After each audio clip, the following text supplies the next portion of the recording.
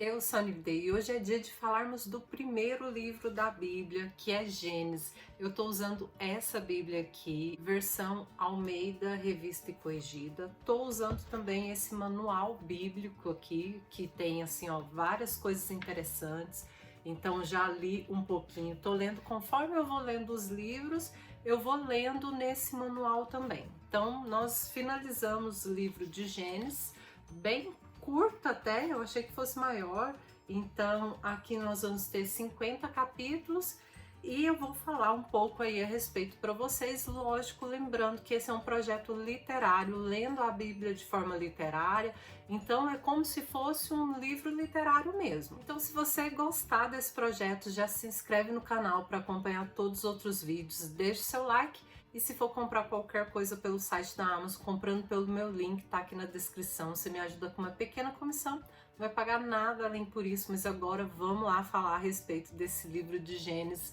E olha, eu já li a Bíblia outras vezes, né? Eu falei no vídeo de abertura, eu era católica, eu era evangélica, então eu já conheço um pouco da Bíblia. Não conheço muito, mas conheço um pouco, assim, então eu já li ela inteirinha, do começo ao fim, né, algumas vezes. E aí, Gênesis, esse primeiro livro, muita gente acredita que foi Moisés que escreveu. No entanto, a gente tem algumas passagens em que mostra depois da morte de Moisés. Então, provavelmente ele não escreveu todo. Se ele escreveu uma parte, né, outra parte não. Então, eles acreditam que talvez Josué tenha escrito essa outra parte, tenha acrescentado algo, mas vamos lá. Gênesis significa o começo e lógico, né, nós temos aqui o início, né, toda a criação. E olha, os 5 primeiros capítulos nós vamos ter a criação, a queda do homem e o dilúvio. E os personagens principais aqui nesse capítulo são Noé, Abraão, Isaac, Jacó e José. Aí que esse início vai começar com a criação dos céus e a terra. É dito que sobre a face do abismo havia trevas e é quando Deus diz haja luz e houve luz, e é bem no inicinho, é a primeira coisa que Deus cria, é a luz, então ele separa, né, a luz e as trevas. Depois vem outras separações, separação entre a terra e a água que está acima da terra, que está embaixo, então tem todas essas separações. Conforme vai tendo as criações, nós vamos ter essas separações também. É criado então os animais, a vegetação e por aí vai. Daí que no 6º dia, no versículo 26 do capítulo 1, Deus diz o seguinte: façamos o homem à nossa imagem, conforme a nossa semelhança. No versículo 27 vem: e criou Deus o homem à sua imagem. A imagem de Deus o criou, homem e mulher os criou. Daí que no 7º dia Deus abençoou toda aquela criação e descansou. E aqui é dito que não descansou no sentido de que Deus estava cansado, mas descansar no sentido de está tudo bem, então eu não preciso me preocupar. Descansado no sentido de não se preocupar e não aquele cansaço físico ou cansaço mental. Tem uma passagem no capítulo 2, versículo 7, que eu gosto muito, que diz o seguinte: e formou o Senhor Deus o homem do pó da terra e soprou em suas narinas o fôlego de vida. E o homem foi feito a alma vivente. Esse fôlego de vida, assim, me atrai de certa forma. Então Deus plantou o jardim do Éden e na parte oriental, é dito lá, e colocou o homem ali. E Deus ordenou que de toda a árvore do jardim comerás livremente, mas da árvore do conhecimento do bem e do mal, dela não comerás, porque no dia em que delas comeres, certamente morrerá. E esse está no capítulo 2, versículo 16 e 17. Eu vou contando alguns capítulos aí para você. Então Deus percebe que não é bom que o homem esteja só, né? Nós tínhamos ali Adão, né? Ele escolhe o nome dos animais da terra. Depois Deus faz Adão cair num sono, porque viu, né, que ele estava sozinho.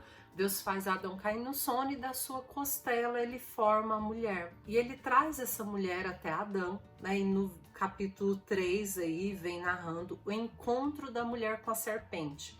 Então ela, quando se encontra ali com a serpente diz para ela comer do fruto que Deus proibiu e diz para ela o seguinte: olha, se você comer desse fruto, você não vai morrer, mas você vai ter a mesma sabedoria que Deus. E ela come. né? Depois que ela come, ela leva para o seu marido e ele come também.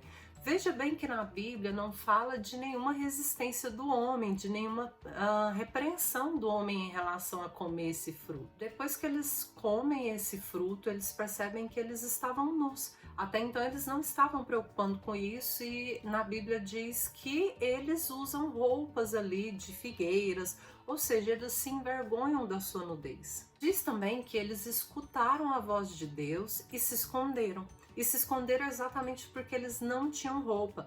Na verdade, o que é dito não é nem que eles se esconderam no sentido de, pequei, mas no sentido de que eles estavam nus. E Adão mesmo diz isso, me escondi porque eu estava nu, e é quando Deus percebe que Adão comeu da árvore, né, do fruto proibido. E aí, ao invés de assumir a responsabilidade de ter comido, porque até então a gente não viu resistência por parte de Adão, ele diz o seguinte, ele diz: essa mulher que me destes, ou seja, a culpa é dela, né? Essa mulher que você me deste que me fez pecar. E a mulher, por sua vez, claro, culpa a serpente. Então a gente vê que, além deles terem pecado, eles não assumem a responsabilidade também. Então Deus resolve que vai tirá-los dali, porque se eles comessem da árvore da vida, eles iriam viver eternamente. E como eles pecaram no sentido de comer a árvore do conhecimento do bem e do mal, então Deus falou, vou tirá-los daqui, porque senão eles vão comer da árvore da vida e vão viver eternamente. É dito então que Deus faz túnicas para eles e lançam eles fora do Jardim do Éden. Quando eles são expulsos do Jardim do Éden, é dito que eles tiveram filhos. E eles tiveram aí Caim, que virou um lavrador, e depois eles tiveram Abel, que era um pastor de ovelhas. Veja que cada um tinha ali o seu trabalho. E é dito também na Bíblia que eles levavam, esses dois filhos levavam oferendas para Deus. E Deus se agradou da oferenda de Abel, mas não se agradou da de Caim, e Caim ficou muito irado. E quando os dois estavam sozinhos no campo, Caim acaba matando o seu irmão. É interessante ver que Caim ele é meio irritadiço, porque quando Deus vem questionar, cadê o seu irmão Abel, né? Onde está seu irmão? Ele responde o seguinte para Deus, ele diz assim, sou por acaso guardador de meu irmão? E eu fico pensando, gente, quem em sã consciência iria usar esse tom para Deus, né? Mas ele, dá uma de rebeldinha ali. Deus vai colocar uma marca em Caim, provavelmente, a Bíblia não fala, mas provavelmente era uma marca visível, porque ninguém iria matar Caim, não, a pessoa que matou ele ia ser amaldiçoada.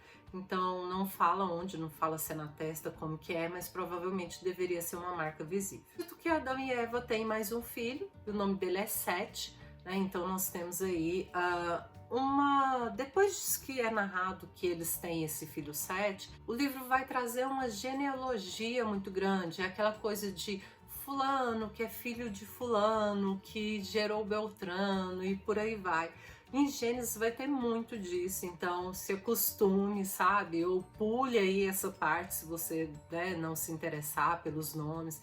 Tem alguns nomes estranhos ali, mas eu gosto de ver toda essa descendência, não me incomodou em momento nenhum. Então nós avançamos para o capítulo 6 e é dito que Deus percebe que a maldade do homem tem se multiplicado e ele se arrepende de ter criado o ser humano.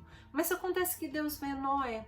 E Noé agrada, é agradável aos seus olhos ali, ele percebe que Noé é um homem justo e ele resolve poupar Noé e sua família, e é quando Deus manda Noé construir a arca. E é dito, todas as medidas, tudo, tudo detalhes. E é interessante ver uma coisa aqui nessa arca de Noé, porque quando a gente vê aquelas adaptações, desenhos, filmes, é dito, por exemplo, que as pessoas em volta zombavam de Noé, uma coisa assim, Noé falava e as pessoas não acreditavam, mas na Bíblia não diz nada disso. Na Bíblia só diz que Deus mandou Noé construir a arca e aí deu todas as especificações, falou para ele entrar com a sua família, falou para levar, casais de animais ali, até que a gente acha que é um casal de cada, mas depois nós vemos que ele fala de algumas aves você leve 7 casais, né? Alguns outros animais ali menores, é levado mais espécies, mais casais ali junto, e os filhos com suas esposas entram ali na arca. Então em nenhum momento fala de Noé tentando convencer as pessoas a entrar na arca. E depois que Noé entra com a sua família, com os animais, passados 7 dias, Deus faz chover sobre a terra 40 dias e 40 noites. Só que veja, quando essa chuva acaba, Noé não simplesmente sai da arca com a sua família. O que ele faz? Ele solta um corvo e uma pomba e eles voltam, retornam ali, e Noé vê que ainda não é seguro sair. Passado mais 7 dias, ele solta uma pomba e ela volta com um galinho no bico. Passa mais 7 dias, ele solta mais outra e aí ela não volta, e é quando ele percebe que agora é seguro, né? A terra já está seca e ele pode sair com a sua família. No capítulo 10 nós vamos ter mais uma genealogia. Como eu falei, em vários momentos a gente vai ver essa genealogia aí de fulano que gerou Beltrano, né, e por aí vai. E se você se incomoda, né, simplesmente pula essa parte, tá tudo bem.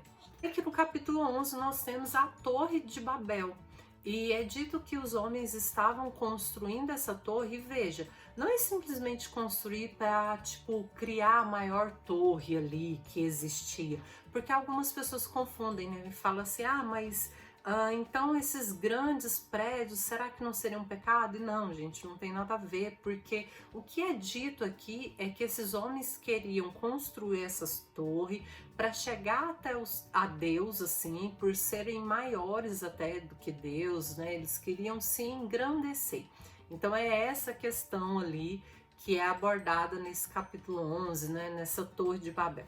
Então, vendo ali toda essa criação que não estava, né, não era boa aos olhos de Deus, Deus confunde aquele povo. Então ele pensa, esse povo está falando uma língua só e estão criando ali, assim, coisas muito ruins, né? Estão com umas ideias meio doidas ali, né, de tentar criar essa torre para se engrandecer e tudo mais.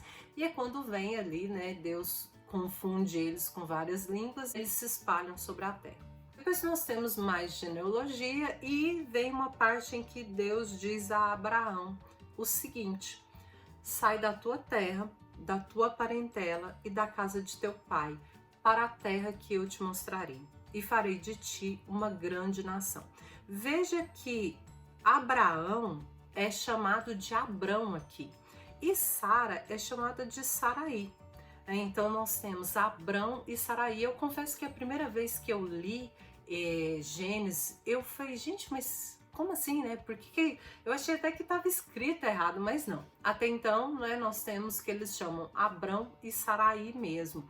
E é dito que Abrão e Saraí, eles vão para o Egito. Eles saem da sua terra, da sua parentela e vão até o Egito. Só que veja, Abrão, ele tem uma esposa muito bonita, né? Pelo jeito, Saraí era agradável aos olhos. E quando chega lá, ele diz o seguinte para ela: olha, fale que você é minha irmã, porque se você falar que você é minha esposa, esse povo vai me ferir para ficar com você. Isso acontecia muito. O que acontecia, né? Se um faraó ali se interessasse por uma moça, por uma mulher, ainda que ela fosse casada, ele matava o marido e ficava com a esposa. Então era meio que isso. E é dito que o faraó toma Saraí para si, mas vem uma praga, e é quando ele percebe que Saraí, ela tem um marido, e ele confronta Abrão ali. Mas veja só, Deus diz para Abraão, né, Abrão aqui até então, que ele seria pai de uma grande nação. Mas ele e sua esposa já estão velhos, aí é dito outra passagem, né? A gente tem que ter em mente também uma coisa em relação ao livro de Gênesis. Algumas coisas não são em ordem cronológica, então você vai ver algumas coisas depois voltando ali, tá? Então, né, tenha em mente que não tá tudo cronológico certinho. Tem algumas partes que você vai ver que lá na frente, depois volta. Você vai ver isso também na criação do homem, porque lá no início eu falei, né, Deus criou o homem e a mulher, e aí depois é falado sobre Adão e Eva, né, sobre Adão, então é dito sobre a criação da mulher. Então veja que não tá em uma ordem cronológica muito certinha aqui não. E aí, voltando à questão, né, Abraão, ele tá velho, sua esposa também, e Deus diz que vai, né, dali, né, da sua descendência vai ter uma grande nação. De repente, Sarai tem uma ideia, ela fala assim, olha, né, fala pro esposo, eu tenho uma escrava, que é a Agar, então eu vou deixar que você fique com ela, e ela vai gerar filhos, e esses filhos vão ser a nossa descendência. E essa mulher realmente engravida. Só que Sarai, ela começa a perceber que ela está sendo tratada de forma diferente por aquela serva, né, dito ali. E Agar se afasta, né, tipo, tenta fugir da presença de Sarai ali, e Deus a encontra e abençoa, e resolve abençoar ela e o seu filho. O Senhor diz mais, ele diz que o filho de Agar vai chamar Ismael. Depois disso, Deus muda o nome de Abrão para Abraão e da sua esposa Sarai para Sara e faz uma aliança com eles e promete novamente que Abraão vai ser pai ali de uma grande nação, vai ter muitos descendentes, e Sara meio que ri, né, daquilo, e Deus diz assim, haveria coisa alguma difícil para Deus? E na verdade não, né? Aqui, ainda que eles fossem idosos, não há nada difícil para Deus. Mais à frente é dito a respeito de Sodoma e Gomorra. E é engraçado ver a audácia de Abraão aqui, porque Deus diz que vai lançar fogo, né, nessas duas cidades, porque tem muita gente lá pecando, o pecado se multiplicou e tudo. Só que aí Abraão chega para Deus e fala assim, ó, você queimaria toda a cidade se você achasse 50 ímpios lá, né, 50 pessoas corretas? E aí Deus diz, não, né, tudo bem, eu pouparia a cidade. Tá, mas então, e se você achasse 40? E aí Deus diz, né, não, pouparia. Mas e 30? Sim, pouparia. E 20? Aham. E 10? Aí Deus se, né, se retira, é dito, né, que Deus se retira ali. Mas veja bem, Deus encontra Ló, e é dito que Deus se agrada de Ló. Ló é um homem ímpio, e ele avisa Ló em sonhos para que ele, a sua esposa e filhas, eles saiam da cidade. Só que ao sair da cidade, ele fala, né, que não é para eles olharem para trás, mas a mulher de Ló acaba olhando e ela vira uma estátua de sal. Eis que acontece uma coisa meio impactante para nós, assim. É que dito que essas filhas de Ló embebedam o pai para dormir com ele e engravidarem. E veja bem que para nós isso é uma coisa muito bizarra, né? Mas provavelmente lá também era muito errado, porque as filhas têm que embebedar o próprio pai. Então é através dessas filhas que Ló segue as suas gerações ali, porque a esposa dele acabou virando uma estátua de sal. Diz que Abraão e Sara têm um filho, seu nome é Isaac, mas veja, eles já estavam velhos. Quando ele, né, tá virando um rapaz ali, a mãe acaba falecendo, mas ela deixa uma incumbência por um servo ali, de que ele vá à casa da sua descendência, da descendência de Sara, e busque ali uma esposa para Isaac. É isso que esse servo faz. Então o que ele faz? Ele segue ali com os camelos e ele diz assim, olha, para eu saber que é uma mulher de Deus mesmo, eu vou fazer o seguinte, eu vou chegar num poço, e quando eu pedir água ali para uma das mulheres, né, das moças que chegarem, ela vai me dar de beber e também aos meus camelos, e é isso que acontece. Então a moça se chama Rebeca, e ela volta com aquele servo para se casar com Isaac, e eles têm 2 filhos, Esaú e Jacó. E veja que Esaú é o primogênito ali. Mas um belo dia, voltando ali da caça, Esaú ele era um ótimo caçador, enquanto Jacó ele era um homem simples que habitava em tendas. É disso que o livro vai trazer aqui. Mas um dia Esaú, voltando da caça, ele tá muito cansado e ele encontra Jacó fazendo um guisado, provavelmente muito cheiroso, muito delicioso, e ele pede um pouco. Mas Jacó faz uma proposta para ele. Ele diz o seguinte, olha, eu te dou um pouco do meu guisado se você me der sua primogenitude. E ele fala, do que me adianta minha primogenitude se eu estiver morto? E ele combina ali. Mas olha, na Bíblia diz o seguinte, diz que Esaú desprezou a sua primogenitude. Porque às vezes as pessoas acham que Jacó roubou a primogenitude. Não, ele fez uma proposta e Esaú aceitou. Mas então Isaac já estava velho e ele não estava enxergando direito ali. E ele chama o seu filho Esaú e fala, olha, vai caçar, caça ali e você me faz um guisado do jeito que eu gosto e eu vou te abençoar. Esaú sai para caçar e é quando a esposa Rebeca, ela escuta aquilo e ela fala para Jacó, olha, você vai preparar um guisado desse jeito, vai se passar por Esaú e vai pegar essa bênção. Acontece que Jacó, ele não tem muito pelo e Esaú tem, mas aí eles colocam uma pele de carneiro ali, enganam o pai, quando Isaac fala assim, olha, a voz é de Jacó, mas eu tô sentindo aqui que é Esaú e ele abençoa. Quando Esaú chega, a bênção já foi dada e é interessante porque Esaú diz até o seguinte, mas você não tem uma única bênção para me dar, né? Tipo, uma única bênção eu quero, né? Já, Isaac já abençoou o irmão ali. Esaú fica muito irritado com Jacó e Rebeca vendo aquela ira, manda Jacó ir morar ali com seus parentes, manda ele para a terra onde ela nasceu e manda ele habitar ali com seu irmão, porque a gente vê que ela tem um favorito ali. Então que Jacó chega na casa de Labão. Labão tem duas filhas, Jacó ele se encanta por Raquel. Ele diz assim, ele faz uma oferta, fala, olha, eu te sirvo tanto tempo se você me der Raquel em casamento, e é acordado ali, é entrado num acordo para que Jacó sirva a Labão.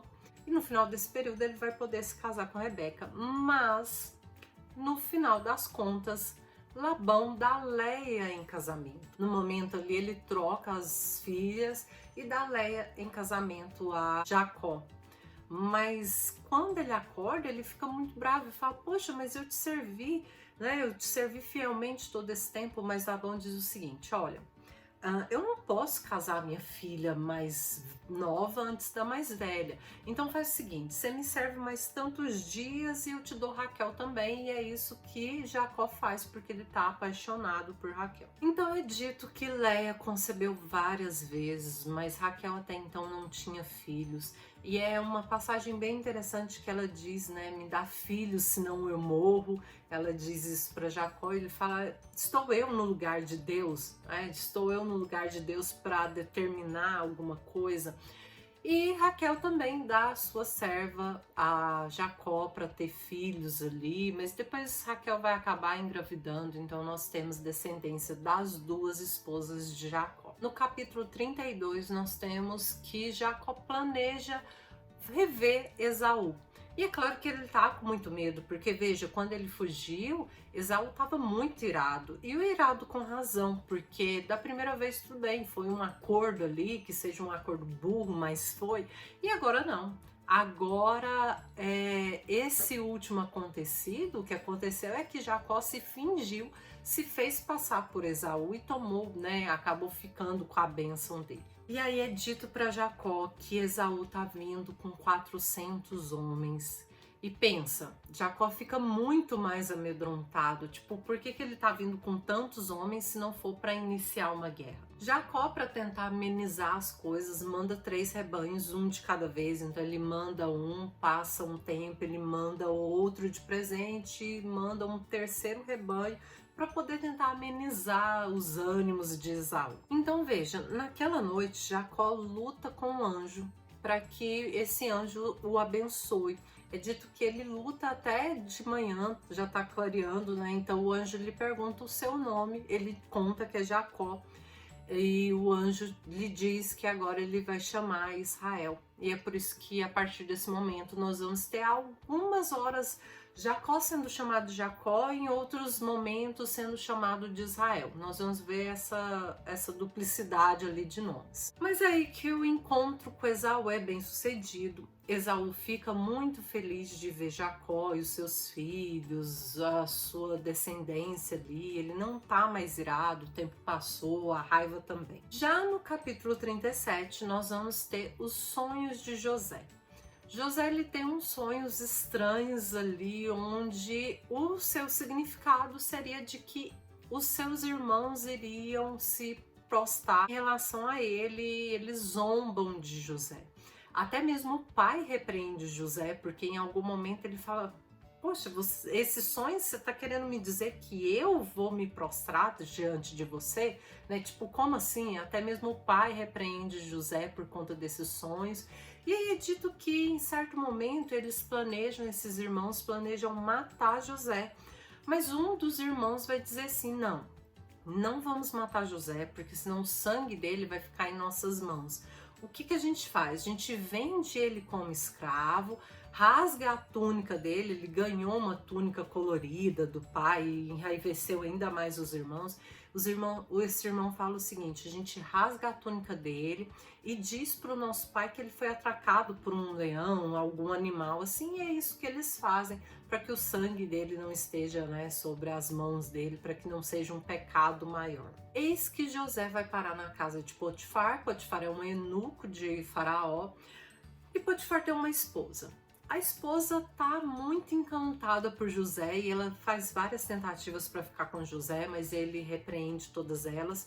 Mas um dia, quando os dois estão sozinhos, ela acaba tentando agarrar ele, mas ele foge e acaba as vestes ficando com ela ali. Ela tenta, né, segurar ele, ela fica com as vestes e ela utiliza aquilo contra ele. Denuncia ele e ele vai para a prisão. Chegando lá na prisão, José começa a interpretar os sonhos das pessoas. E ele interpreta o sonho de duas pessoas que estavam na casa do faraó, que eram servos de faraó.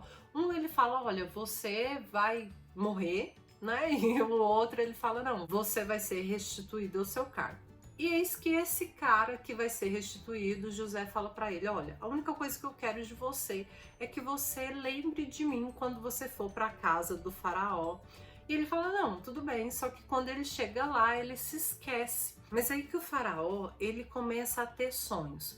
E esses sonhos são sempre iguais. Ele sonha com 7 vacas gordas, e depois vem 7 vacas magras e acabam devorando essas vacas gordas. Em outro momento ele sonha com espigas de milho, então ele vê 7 espigas de milho muito bonitas, 7 espigas de milho muito mirradas, muito queimadas do sol, e essas 7 espigas acabam devorando as 7 espigas boas e ninguém consegue decifrar aquele sonho. E é quando esse homem que estava lá na prisão fala assim: olha, tem um tal de José lá na prisão e ele interpreta sonhos. O faraó manda chamar José e José diz o seguinte: olha, esse sonho é muito simples, né? É muito fácil de interpretar. O seu sonho é o seguinte: essas 7 vacas gordas representam 7 anos de muita fartura, de muita prosperidade, mas esses 7 anos de vacas magras representam um momento de escassez, 7 anos de escassez. O que você tem que fazer? Olha, veja que José dá até uma solução, né? O que você tem que fazer? Você tem que poupar tudo que você puder nesses 7 anos de vacas gordas, para que então nos 7 anos de vacas magras você possa suportar toda essa escassez. E é quando vem aquelas expressões, né? Os anos de vacas gordas ou os anos de vacas magras. Lógico que a partir daí José ele vai sair liberto da prisão, vai trabalhar para o faraó.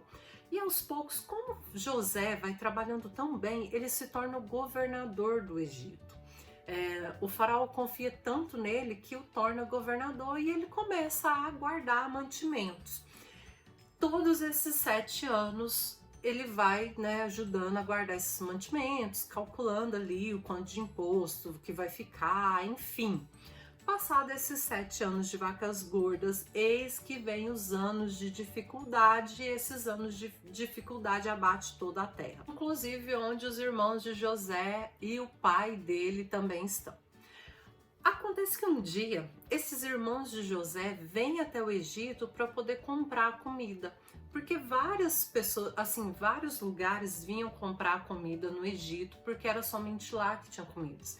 E no começo ele trocava por ouro, depois trocou por terras até mesmo, e foi assim que o faraó conquistou vários e vários territórios através dessa troca de comida por terras, quando a população já não tinha nem mesmo que trocar.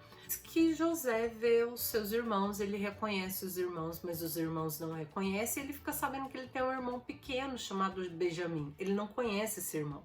Ele trama uma coisa ali, inventa, né, faz uma armadilha e acusa os irmãos de ter pegado alguma coisa. Ele fala, olha, tudo bem, eu liberto vocês se vocês trouxerem esse irmão. Quando esses irmãos voltam e avisam o pai, olha, a gente tem que levar Benjamim, porque senão, né, nós não vamos poder voltar, a gente vai ser morto lá. O pai fica muito resistente, porque é um menino ainda, mas ele decide deixar.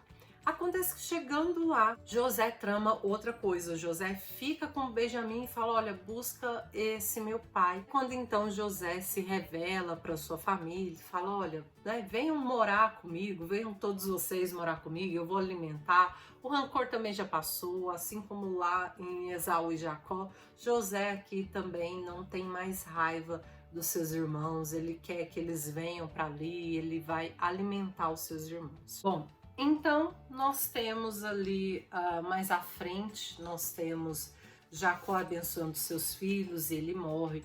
Nós temos o luto por Jacó. Em seguida nós temos no capítulo 50, versículo 15, José animando seus irmãos. E no capítulo 22 nós terminamos aqui Gênesis com a morte de José. Aqui diz que José habitou no Egito, ele e a casa de seu pai, e viveu José 110 anos.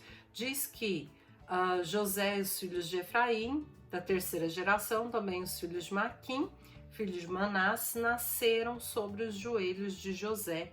E disse José aos seus irmãos, eu morro, mas Deus certamente vos visitará e vos fará subir desta terra, a terra que jurou a Abraão, a Isaque e Jacó. 25. E José fez jurar os filhos de Israel, dizendo, certamente vos visitará Deus e fareis transportar os meus ossos daqui. No último que nós temos, capítulo 50, termina no versículo 26, que diz o seguinte, e morreu José da idade de 110 anos, então o embalsamaram e o puseram num caixão no Egito. Em seguida nós vamos para Êxodo, mas Êxodo é mais curtinho, acho que tem 40 capítulos, deixa eu dar uma olhada aqui. Isso, tem 40 capítulos, então 10 a menos do que Gênesis, vai ser uma leitura bem tranquila.